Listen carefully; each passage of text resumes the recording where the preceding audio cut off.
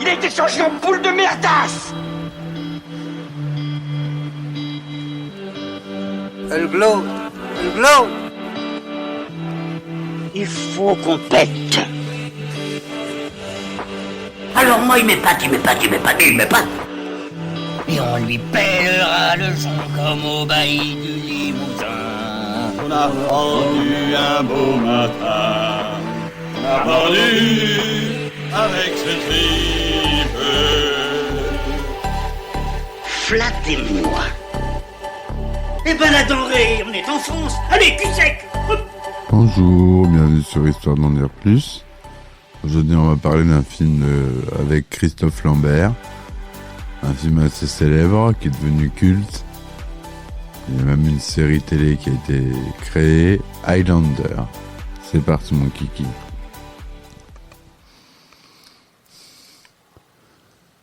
Alors Highlander, c'est un film américano-britannique de Russell Mulcahy, sorti en 1986, d'une durée de 116 minutes, inspiré d'une histoire de Gregory Whedon.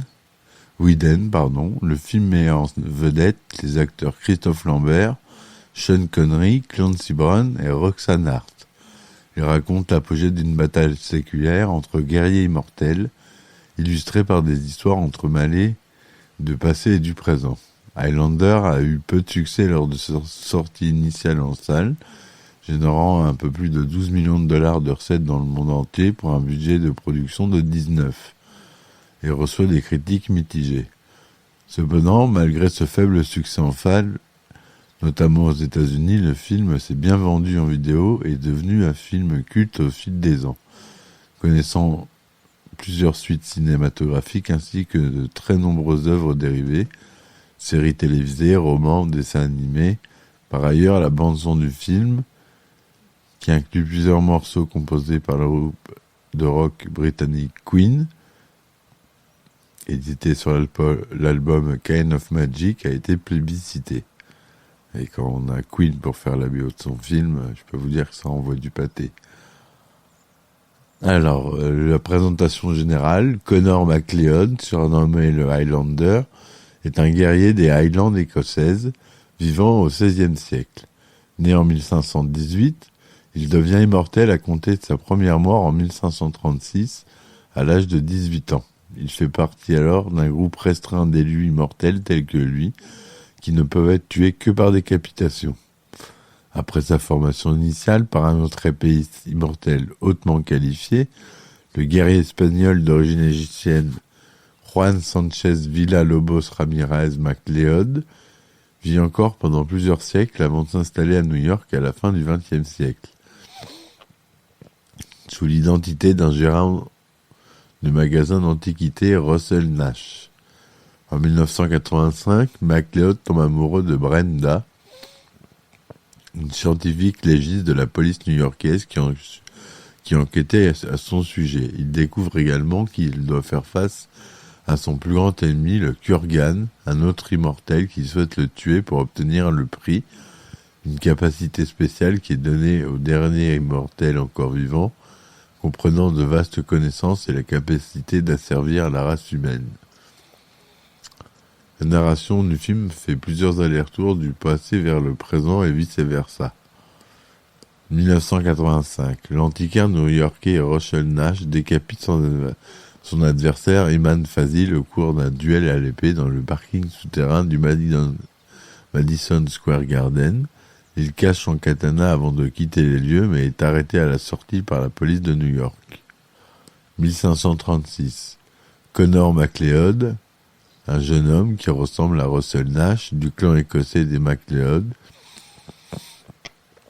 part livrer sa première bataille contre un clan adverse, le clan Fraser. Durant la bataille, Connor est gravement blessé par un mystérieux chevalier noir nommé le Kurgan. Contre toute attente, il survit miraculeusement à ses blessures, qui auraient dû lui être fatales, et se rétablit rapidement. Cet événement singulier lui vaut d'être banni de son clan, car on l'accuse d'être possédé par le diable. 1985. En recueillant des indices sur la scène du meurtre de Fazil, l'expert de la police scientifique new-yorkaise Brenda Wyatt découvre un petit morceau métallique provenant du katana de Nash dans une fente d'un pilier du parking souterrain. Elle le fait analyser. À sa grande surprise, il s'avère que c'est un échantillon de métal serait âgé de plusieurs millénaires alors que les Japonais n'ont pas fabriqué de tels sabres avant le Moyen-Âge.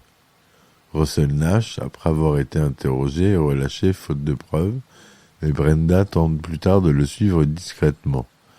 Nash le repère et commence à avoir une explication avec elle quand il est attaqué par le Kurgan. Après un bref duel, les deux combattants sont séparés par l'arrivée d'un hélicoptère de la police et prennent fuite. 1541. Alors qu'il court des jours paisibles, retiré du monde dans les Highlands, auprès de sa compagne Heather, Connor MacLeod fait la rencontre du garde espagnol Juan Sanchez Villalobos Ramirez, qui semble avoir eu les mêmes expériences que lui. C'est Sean Connery, Ramirez. Ramirez lui apprend que, comme lui, il est né différent et qu'il fait partie d'un groupe unique sur Terre, les Immortels. La vieillesse et la maladie n'ont pas de prise sur eux et ils ne peuvent être tués que par décapitation. Chaque immortel adverse qu'ils éliminent de cette façon accroît leur propre puissance au cours d'un phénomène appelé le quickening et les rapproche de leur but à tous, qui est de gagner la récompense suprême qui nomme le prix. Comme lui dit Ramirez, il ne peut en rester qu'un. Ramirez décide ensuite de former Connor au combat afin de lui donner une chance de vaincre le Kurgan, le cavalier noir qui l'a blessé 5 ans plus tôt et qui est plus puissant et le plus singulaire des immortels. Ramirez lui apprend également que les immortels ne peuvent pas avoir d'enfants et il le pousse à quitter Heather pour lui épargner la souffrance de la voir vieillir et mourir alors qu'il lui restera le même. Connor refuse. Plus tard, alors que Connor est absent, Ramirez et Heather sont attaqués par le Kurgan. Proche de la victoire au début du combat, Ramirez finit cependant par être vaincu par le Kurgan, qui le décapite avant de violer Heather. Connor, rentré le lendemain, reste auprès d'Heather, qui tait ce qu'elle a subi pendant de nombreuses années jusqu'à sa mort de vieillesse. Connor quitte alors l'Écosse, emportant avec lui le katana de Ramirez et laissant sur l'épée de son clan sur la tombe d'Heather, la plantant devant celle-ci comme une croix. 1985. MacLeod rencontre son ami Castaguir, un autre immortel, avec qui il parle de la rencontre finale qui approche. En effet, il ne reste plus que 2 et le Kurgan. Plus tard dans la nuit, Castaguir combat le Kurgan mais est décapité par ce dernier. Pendant ce temps, MacLeod rend visite à Brenda, lui révélant qu'il sait qu'elle travaille pour la police. Il rencontre ensuite le Kurgan dans une église, une terre sacrée où les immortels sont convenus de ne pas se combattre.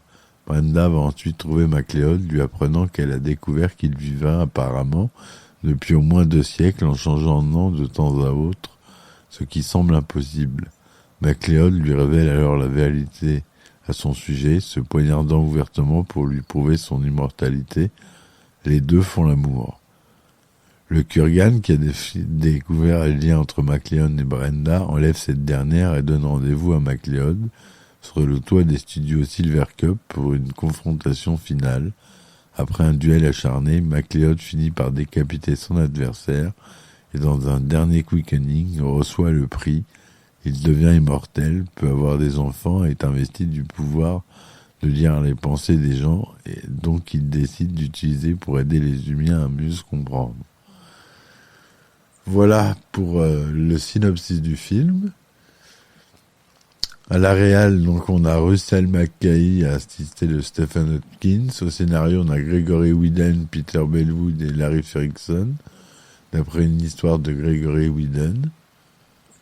La musique est de Michael Kamen et les chansons originales sont de Queen. À la photographie, on a Jerry Fisher. Ça a été tourné en couleur Technicolor, 35 mm, 1,85 unième, son Dolby Stereo.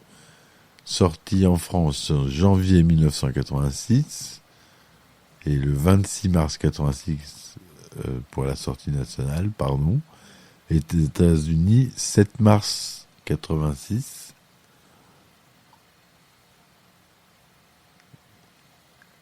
On a Christophe Lambert qui joue Connor McLeod, Sean Connery qui joue Juan Sanchez Villalobos Ramirez. Et c'est à peu près tout ce qu'on a de connu vraiment. Gregory Whedon écrit un scénario intitulé Shadow Clan dans le cadre de ses études cinématographiques à Huxley. Il le vend pour $200,000 aux producteurs William Panzer et Peter S. Davis. Gregory Whedon avoue s'être inspiré du film Les Duellistes de Ridley Scott en 1977, mais c'est surtout lors d'un voyage en Écosse qu'il a eu l'idée de l'histoire après la visite d'un musée à Édimbourg, où il s'est demandé, en voyant un homme en armure, ce qui se passerait s'il vivait toujours aujourd'hui. Les producteurs exigent encore quelques modifications de scénario. Certains éléments diffèrent par rapport au scénario écrit par Gregory Whedon. Dans cette première version, Connor était né en 1408 et non 1518 et habite avec sa mère et son père. Le personnage de Heather n'existait pas et Connor est amoureux de sa jeune promise, Mara, qui le rejettera lorsqu'il deviendra immortel. Connor n'était pas banni, mais quittait volontairement son visage. Son nom d'emprunt dans le futur est alors Richard Turpin, et non pas Russell Edwin Nash, comme dans le film. Dans cette première version, Ramirez est un Espagnol né en 1100 après Jésus-Christ, alors que dans le scénario final, il est un Égyptien né en 896 avant Jésus-Christ. Outre quelques révisions légères, la première version stipulait que les immortels pouvaient avoir des enfants.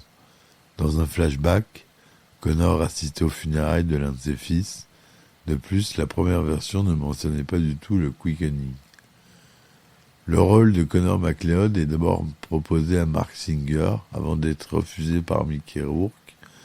Le rôle revient finalement au Français Christophe Lambert, qui dut alors être coaché pour parler correctement anglais. Son seul film anglais avant celui-là était Greystoke, la légende de Tarzan, où il ne prononçait que quelques mots. Virginia Madsen a passé une audition sans succès pour le rôle de Heather. Elle sera cependant à l'affiche de la suite du film Highlander le retour en 91. Catherine Marie Stewart a été engagée pour le rôle de Heather McLeod. Cependant, pour des raisons inconnues, elle est remplacée par Betty Edney. Brooke Adams était quant à elle pressentie pour le rôle de Brenda, tout comme Rosanna Arquette, Jennifer Beals, Tanya Robert et Elizabeth Brooks. Clancy Brown a longtemps hésité avant d'accepter le rôle du Kurgan en raison d'une allergie de maquillage. Le tournage s'est déroulé d'avril à août 1985, principalement à New York, en Écosse et en Angleterre. Sean Connery ne tourna qu'une seule semaine en raison d'un emploi du temps très chargé. Les principaux lieux de tournage sont aux États-Unis, Manhattan, Central Park, New Jersey Island, Canada, Royaume-Uni, Angleterre, Écosse, Pays de Galles. Le film a été présenté au Festival international du film fantastique d'Avariaz en janvier 86, avant de sortir aux États-Unis en mars 86. Aux États-Unis, le film a été réduit d'environ 8 minutes à sa sortie. La scène d'introduction en Écosse a notamment été supprimée. Elle sera ensuite rétablie dans l'édition DVD de 96.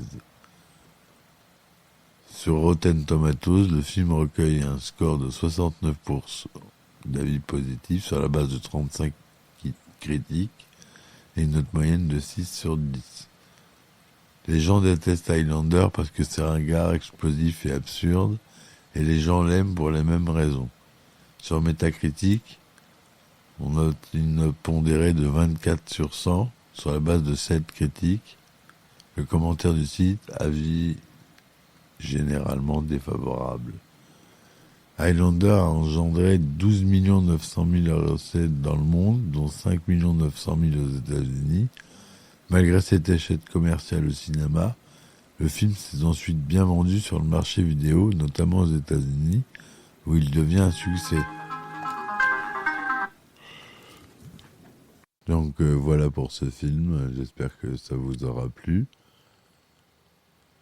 Donc n'hésitez pas à me laisser des commentaires et à mettre un petit pouce bleu, ça me ferait plaisir. Et je vous laisse avec le jingle. Allez, bonne soirée, ciao ciao. Il a été changé en boule de merdasse. Elle glow. Elle glow. Il faut qu'on pète. Alors moi il m'épate. Et on lui pèlera le son comme au bailli du Limousin. On a pendu un beau matin. On a pendu avec ce tripe.